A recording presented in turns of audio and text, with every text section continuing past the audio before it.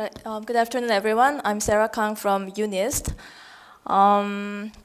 Today, I'll be talking about the factors that control the tropical rainfall distribution. And this talk will try to give you a grand tour of how the climate change in one region and in the globe affects the climate over the remote regions. So I think my talk will be quite distinct from other talks because I'll be focusing on the large-scale phenomenon. Okay, so let me start by showing you the map of precipitation in contours, and the shading shows the surface temperature. Okay, so you can clearly see that in the tropics, there is a band of heavy precipitation, right?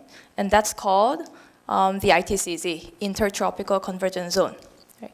And as you can see, the precipitation over the ITCZ has sharp meridional gradients. Okay? So even a small displacement in the ITCZ location can cause dramatic changes in local precipitation. So for example, the place which was humid at one point, in response to just 1 degree of ITCZ shift, it can become completely dry. So it's important, critically important to understand what controls the ITCZ position. Okay, so let me ask you a question. So do you think the thermal forcing, like heating or cooling, in the tropical region, in the low latitude, would be more effective at perturbing the ITCZ location? Or would you expect the forcing far away from the equator, like polar forcing, would be more effective at perturbing the ITCZ? Okay. Please have that question in mind, and I will ask the same question later on. Okay. By the way, the distance between the equator and the pole is 10,000 kilometers away. Okay. So traditionally, tropical precipitation was considered to be mainly controlled by local tropical mechanisms that affect tropical sea surface temperatures. Right? The ITCZ is located in the low latitude, so it's somewhat natural to think that ITCZ will be just affected by the tropical mechanisms. However, more recently, the community has recognized that extratropical forcing outside the tropics is also a key source of tropical climate variability. And later on, I will try to convince you that extratropical forcing is the key source for modulating the tropical precipitation distribution. Okay. So I will start by showing that extratropical forcing can have significant impact on the tropical rainfall. Before going into the main topic, let me just give you a background. Here is the zonal mean net radiation. The x-axis is latitude from South Pole to North Pole. Okay? And this green line is the amount of net solar radiation reaching that region. Right? So obviously, there is more insolation reaching the low latitudes than the high latitudes. Right? This is well known.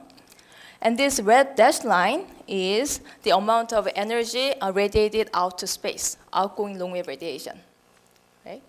So in the low latitudes, there's more energy coming in than going out. So there's energy surplus. Right? And in the high latitudes, there's more energy going out than coming in. So there's energy deficit.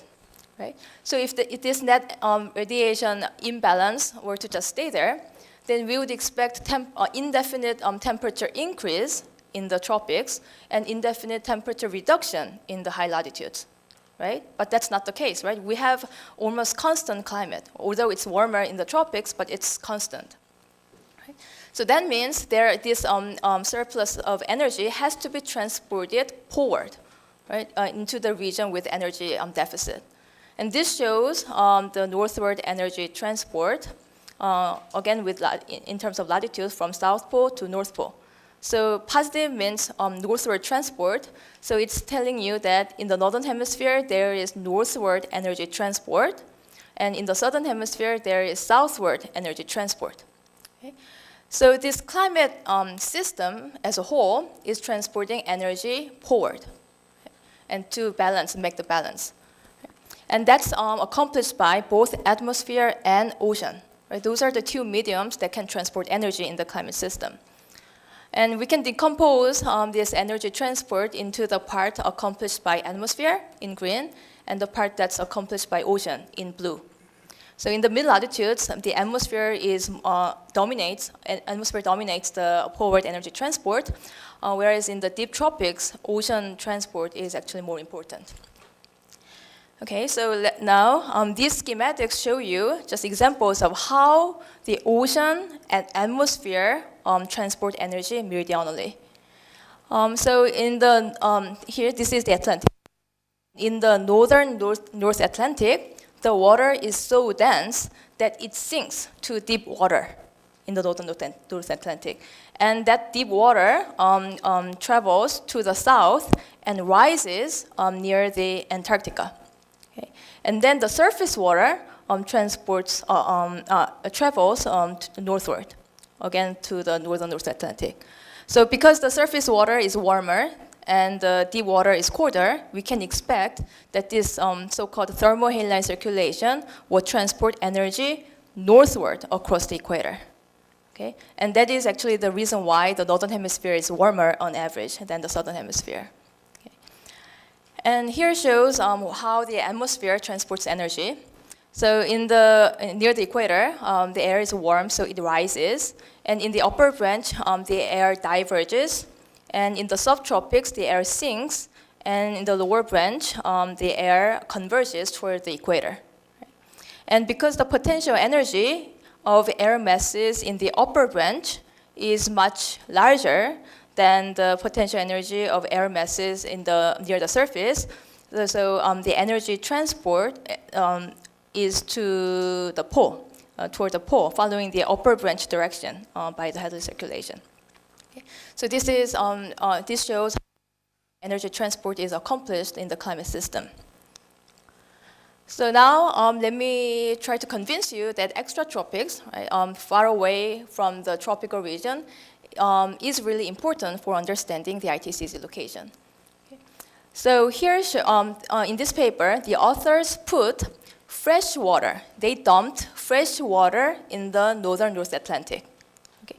So by dumping fresh water here, they are making the water less dense, right? So I told you that the water sinks here, so there will be less sinking, right? There will be less sinking. So that effect is to weaken this so-called thermohaline circulation, right? So by making this thermohaline circulation weaker, where they are reducing the northward energy transport by the ocean, right? Because I told you that this effect is to transport energy northward across the equator. Right? So this effect by dumping fresh water in here, that's to make this northern extratropics cooler. Okay? And then what they observe is, this is the tropical precipitation. And here this blue is drying and red is moistening. So you can observe that the tropical precipitation is shifted southward. Right? Even though the forcing is far away from the tropics, you can clearly see a very large response in the tropics. Right? That's one example. And in another paper, they prescribed additional ice in the northern extratropics. So again, you expect that this will make the northern hemisphere cooler. Right? And as a result, we have a southward shift of the ITCZ. Right? Amazingly, the local precipitation response is actually smaller. And the largest response in precipitation occurs in the tropics. Okay? And another example is the surfactant emissions in the northern extratropics. So we have shown that the surfactant emissions, the surfactant, which reflect the solar radiation in the northern hemisphere, makes the northern hemisphere cooler, and that acts to shift the tropical rain band southward. Okay. So, and the major countries emitting sulfate are located in East Asia. So what we're doing, the air pollution is not just affecting the health of local population, but it also affects the population in remote regions by modulating the precipitation. Right? So here, because of the southward shift of tropical rain belt, this is the region where the Africa or Sahel is located. So because we are arguing here that because of air pollution in East Asia, the Sahel, the Africa region, suffered from drought, severe drought, which affected so many population over this region. So this is telling you that we have to be really conscious about what we do and also be responsible. And one of the signatures of global warming is a forward extension of tree line. Right? So to investigate that effect, we have prescribed more vegetation over the Arctic. Right? So then there will be less solar radiation reflection, because once it was ice, it's covered by vegetation. So there is less solar radiation, solar reflection. So that's to make this northern extratropics warmer. Okay? Then what we observe is a northward shift of tropical precipitation. Okay? So there are actually many other studies that show this extratropical forcing can have an impact on the ITCZ location. Okay? So then the question is, how can you understand that behavior? Okay? So I will try to I would introduce a theory based on atmospheric energy balance. Okay. So again, here's the Hadley circulation that I showed you earlier. There is a rising branch near the equator, and there is upward branch, and near the surface, the air converges toward the equator. Right? And because potential energy is larger in the upper branch, energy is transported forward by the Hadley circulation, whereas moisture is more abundant near the surface, so moisture is transported toward the equator by the Hadley circulation. Right? So as moisture converges to the equator, then air rises and it condenses and precipitates. So this rising branch of the Hadley circulation can be regarded as the ITCZ location. Okay? So I will try to understand the factors controlling the ITCZ location by understanding what controls the rising branch of the Hadley circulation. Okay.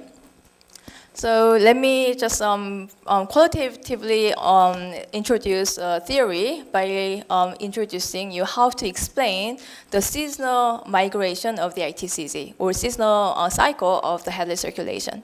Okay? So let's first look at the boreal summer case. Okay? In boreal summer, we have more insolation coming in to the northern hemisphere, right? Then relatively, the southern hemisphere is cooler. Right? Then this Hadley circulation has to transport energy southward, right, toward the cooler hemisphere. The Hadley circulation needs to transport energy southward toward the cooler hemisphere. Then in the lower branch, the moisture is transported northward. So we expect the ITCZ, or the ascending branch of the Hadley cell, to be located north of the equator. So this is the map of observed precipitation distribution, and you can clearly see that in boreal summer, the heavy precipitation band is located north. Right? And this is the zonal mean plot, and the peak of tropical precipitation is clearly located to the north of the equator. Okay? Now let's contrast with the boreal winter case. In winter, we have more insolation coming in to the southern hemisphere, right? And so the northern hemisphere is cooler. Then we require the Hadley circulation to transport energy northward, right, toward the cooler hemisphere. Then in the lower branch, moisture is transported southward, and the ascending branch, or the ITCZ, will be located to the south of the equator. Okay? So here shows again the map of precipitation. Compared to boreal summer, you can see that the heavy precipitation band has been shifted somewhat southward. And this is the zonal mean plot, and the peak is located to the south of the equator. Right? So this is telling you that this ITCZ, or the ascending branch of the Hadley circulation, can be understood from the hemispherically differential energy balance. So Hadley's air transports energy to the cooler hemisphere, from warm to cool. Right? So then we need to have the stronger Hadley's air in this way. So the moisture is transported toward the warmer hemisphere, and that's why the ITCZ is located in the different, relatively warmer hemisphere. Right? But what is striking in this perspective is that it's saying that the Hadley cell may respond to any hemispherically differential heating, even when the heating is positioned well outside of the tropics. Right? Let's say the radiation balance is the same between the southern hemisphere and the northern hemisphere in the tropics. Okay? However, if the radiation balance is not satisfied in the extratropics, then that imbalance has to be satisfied by modulating the ITCZ location. Okay? So then the question arises, this is the question I asked you earlier, what meridional locations do you think are most effective at shifting the ITCZ? Okay? So you can expect heating or cooling, this differential thermal forcing, to be located near the equator, just one case. And in the other case, you can expect that differential heating to be located near the pole. Right? Which forcing do you think is more effective at perturbing the ITCZ? Can you raise your hand? Like the tropical forcing would be more effective? Everybody votes for the extratropical forcing? Did I? Yeah, but actually, I think I think everybody, like if I didn't tell you at the story, then I think you would think that this low latitude forcing would be more effective because that's closer to the ITCZ, right? However, the answer is not clear, and actually, both answers are true. Okay, before giving you an answer, let me introduce the model. So this is how the surface temperature is calculated in the model. So it's balanced by the net surface energy budget and the convergence of ocean energy transport.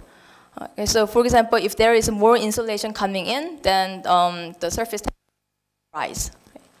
And in the model, so-called slab ocean model, we're neglecting the effect of ocean energy transport.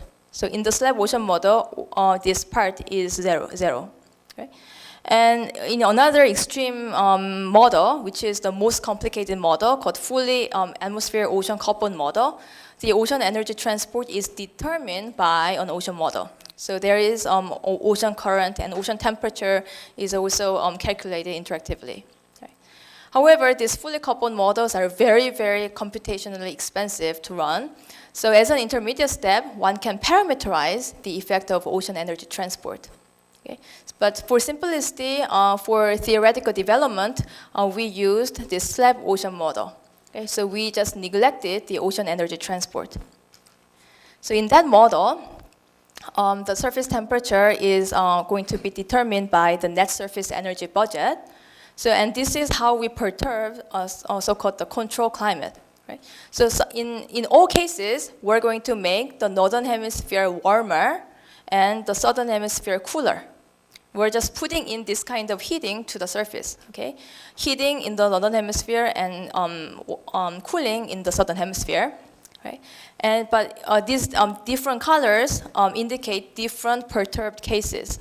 So in one case, we put forcing in this equatorial region, and on the other extreme case, we're putting in cooling and heating in this polar region. Okay? So we're varying the meridional position of thermal forcing systematically from the low to high latitudes.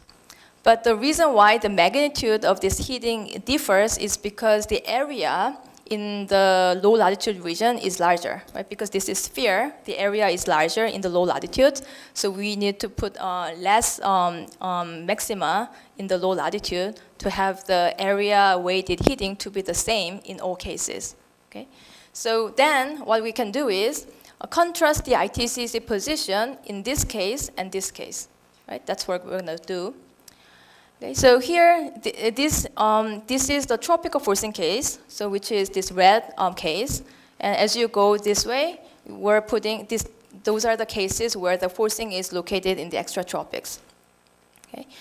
Then what we see is in this model, this is what you expect, right? If you ask to elementary school students, they're going to answer that this tropical forcing is more effective because it's closer, right? That's what we expect.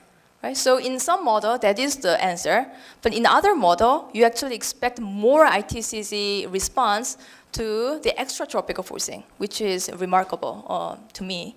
Right? So, and this is the model with no clouds. Right? In the climate model, there is cloud, and that's the actually largest uncertainty in our community. So for theoretical development, we actually can have a model with no clouds. So with no clouds, we expect some natural answer. But with clouds, which is actually more realistic, then you expect this surprising answer. And that's because of the nonlinear cloud radiative effect. But I just want you to know that the extratropical forcing can be even more important than the low latitude forcing for perturbing the ITCZ location. So far, I've told you that hemispherically differential thermal forcing, regardless of its meridional location, can have a significant impact on the ITCZ location. And that we have understood it based on the atmospheric energy balance. Then the question arises as to whether the climate system would respond similarly when the ocean is allowed to transport energy. Right? So I told you that for simplicity, we have neglected the effect of ocean energy transport. Right? However, in reality, both atmosphere and ocean can transport energy. Right? So if we somehow perturb the climate by putting in heating and cooling, then both atmosphere and ocean can respond. Right? So imagine an extreme case when the ocean completely balances that energy perturbation. Then the atmosphere or the Hadley circulation doesn't need to respond, right? Then in that case, the ITCZ response will be muted, right? So there will be a competition between the atmosphere and ocean energy transport for modulating the ITCZ position. So, and more recent studies actually that incorporate fully coupled models exhibit a range of responses in the ITCZ position to extratropical forcing.